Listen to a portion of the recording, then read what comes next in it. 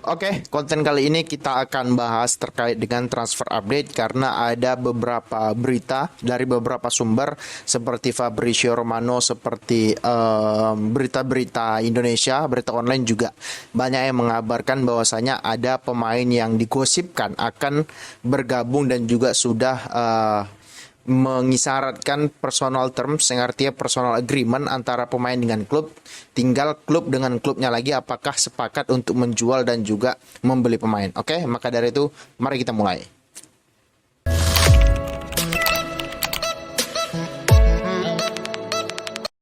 Nah, berita pertama itu ada datang dari klub asal Turki yang mana mereka berminat untuk membeli pemain MU yaitu yaitu klub Galatasaray. Nah, akhirnya ada juga klub yang menginginkan pemain MU seperti video sebelumnya yang sudah aku buat. Silakan dicek bahwasanya banyak pemain MU itu yang ingin dijual oleh Erik ten Hag tapi tidak laku di pasaran karena ya kalian cek sendiri sih deh alasannya apa yang udah aku bilang kenapa pemain MU itu tidak laku di pasaran. Ya akhirnya seperti yang berselang beberapa hari aku buat video tersebut, akhirnya ada klub yang menawar Fred, bahkan Elanga juga sudah ditawar oleh Everton. Nah, fokus kali ini adalah Fred. Nah, Galatasaray itu sudah memberikan bid pertamanya, which is MU maunya 20 juta ke atas, minimal 20 juta ke atas MU maunya, sedangkan Galatasaray tidak disebutkan di sumber berita itu berapa mereka ngebid si Fred, tapi feelingku masih di bawah 20 juta kayak gitu.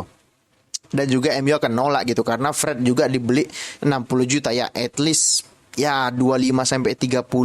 Kalau untuk Galatasaray rasaku masih make sense lah, masih masuk akal lah kalau Fred bisa bermain di Galatasaray karena dia juga sebelumnya bermain di Liga Ukraina ya, di Shakhtar Donetsk ya, dibeli 60 juta yang ya kali ada klub yang mau bayar Fred 60,1 juta gitu, nggak ada juga. Jadi ya dipotong setengah sekitar 25-30 juta ya masih masuk akal lah untuk harga seorang Fred, tapi bukan di top 6-nya Inggris atau Liga Spanyol. Mungkin di Liga Italia kayak di Inter Milan, di Juventus masih bisa lah pemain kayak Fred ini karena kualitas liganya itu di bawah Liga Inggris dan juga Spanyol kayak gitu loh.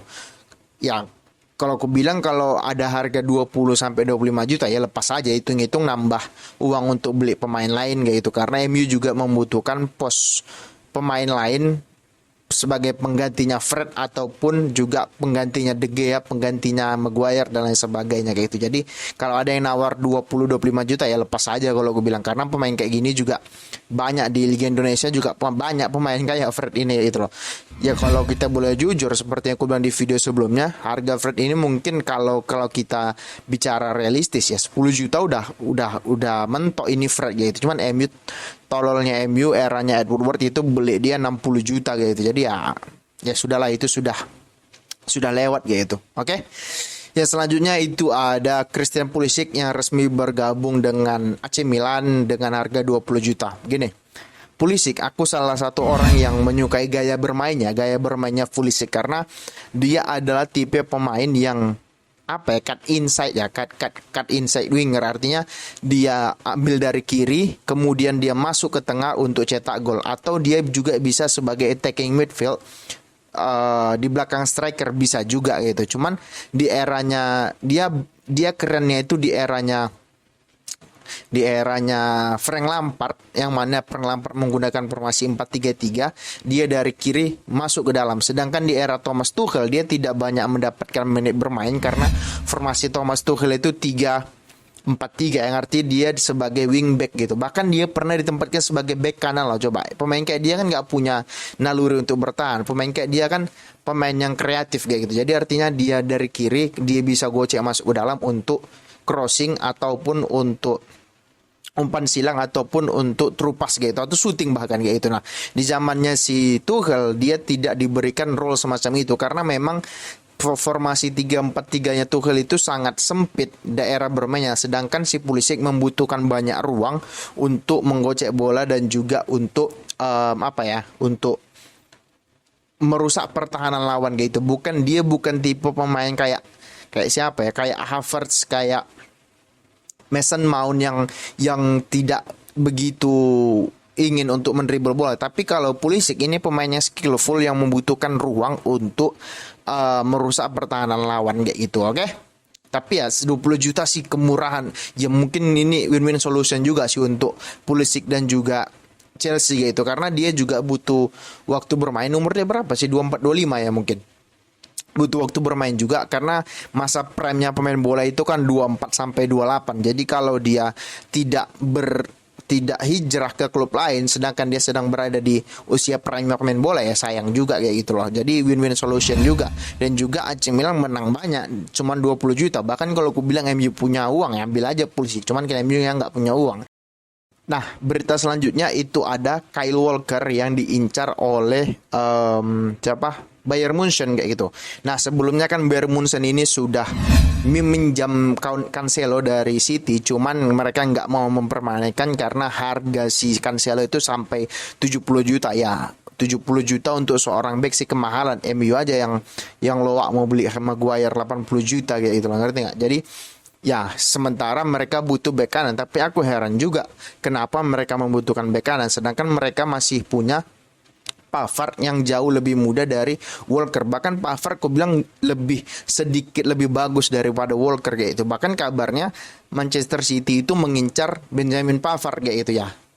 Maksudku, aku nggak tahu apakah ini akan barter atau akan saling membeli. Aku nggak tahu juga. Kayaknya sih saling membeli kayak gitu. Karena Walker sudah 30, 31, 32 ya. Sedangkan Pavard masih 25 mungkin, 25, 26 kayak gitu. Jadi ya siapa yang akan beruntung ya, City juga kayak gitu. Ya kabarnya Walker sudah ada personal agreement dengan si ini siapa? Dengan Bayern Munchen bahwasanya mereka akan pindah, ya tinggal City-nya lagi mau ngelepas atau enggak. Mungkin melepas enggaknya Walker ini terkait dengan apakah Munchen juga mau melepas Pavard kayak gitu. Nah, aku salah satu orang juga yang suka lah terkait dengan permainan Pavard, karena Pavard ini tipe wingback yang kokoh kayak gitu, kuat secara menyerang maupun bertahan. Tapi aku nggak tahu kenapa dia jarang dimainkan di Bayern Munchen, either itu sama Nagelsmann atau sama striker siapa, sama Tuchel kayak itu, nggak tahu, mungkin karena cedera. Bahkan di Piala Dunia kemarin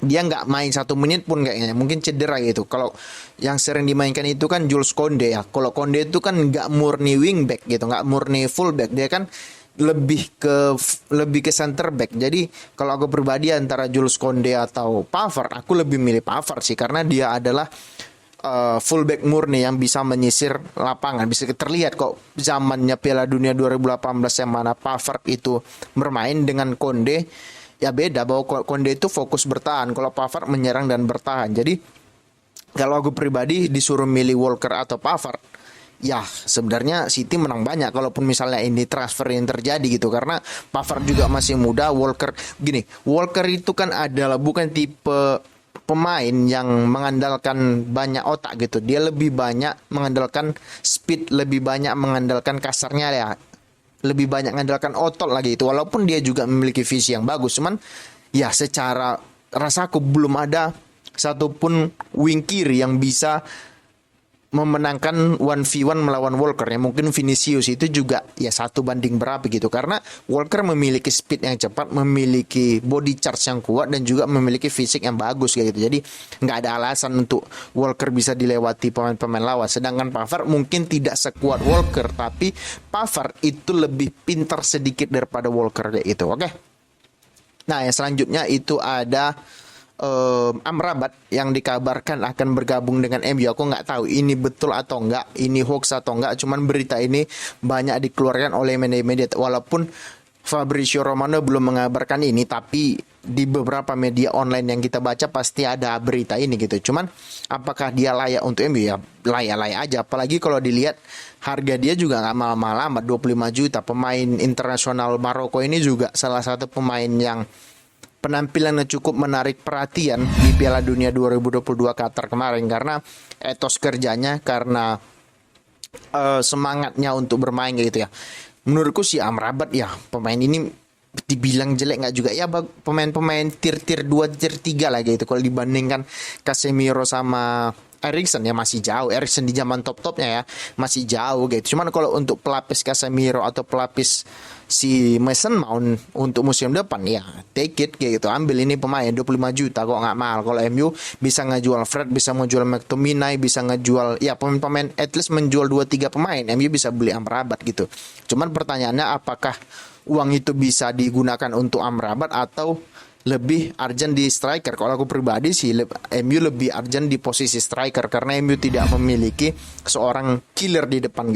Kalau MU mau ambil Amrabat ya sah-sah aja, nggak ada masalah. Cuma masalahnya apakah gini, Amrabat ini kan bukan tipe pemain yang banyak ngandelin otak kayak kayak siapa ya, kayak Casemiro, Eriksen ataupun ya Mason Mount lah mungkin. Dia kan tipe pemain yang lebih banyak, yang aku lihat ya, dia lebih banyak ngandelin otot gitu. Karena ya nggak masalah juga gitu. Cuman dia ya ibaratnya kalau dibandingin sama Fred McTominay ya bagus, lebih baik Amrabat kayak gitu ya. 11-12 dengan Marcel Sabitzer lah yang didatangin pada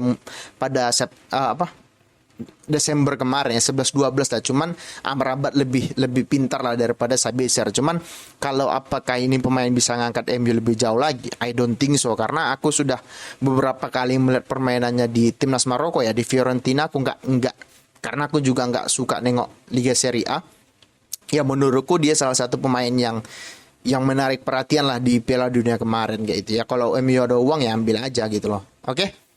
Itu dulu konten kita kali ini. Bagi kalian yang suka silahkan di subscribe, di komen, dan di like. Bagi kalian yang nggak suka nggak apa-apa, di skip aja. Oke, terima kasih. Ciao.